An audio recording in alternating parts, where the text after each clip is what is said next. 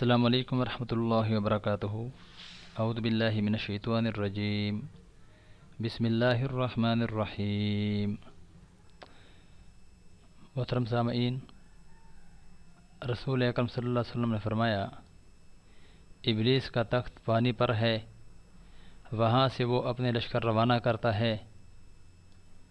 اس کے نزدیک سب سے زیادہ پسندیدہ شیطان وہ ہوتا ہے جو سب سے زیادہ لوگوں میں فتنہ ڈالتا ہے۔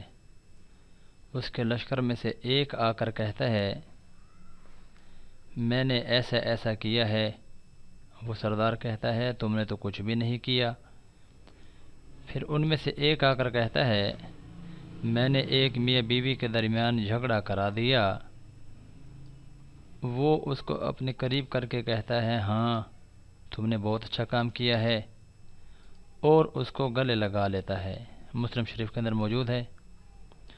محترم سامعین، میاں بیوی میں اختلاف پیدا کرنا شیطان کے نزدیک سب سے زیادہ بہتر کام ہے۔ اس لیے ہے کہ ان کے اختلافات سے صرف دو انسانوں ہی کے درمیان نہیں بلکہ دو خاندانوں کے درمیان ہو جاتے ہیں، جس کے نتائج بہت ہی برے نکلتے ہیں۔ لہذا میاں بیوی کو ایسے موقع پر اعوذ باللہ من الشیطان الرجیم پڑھنا چاہیے۔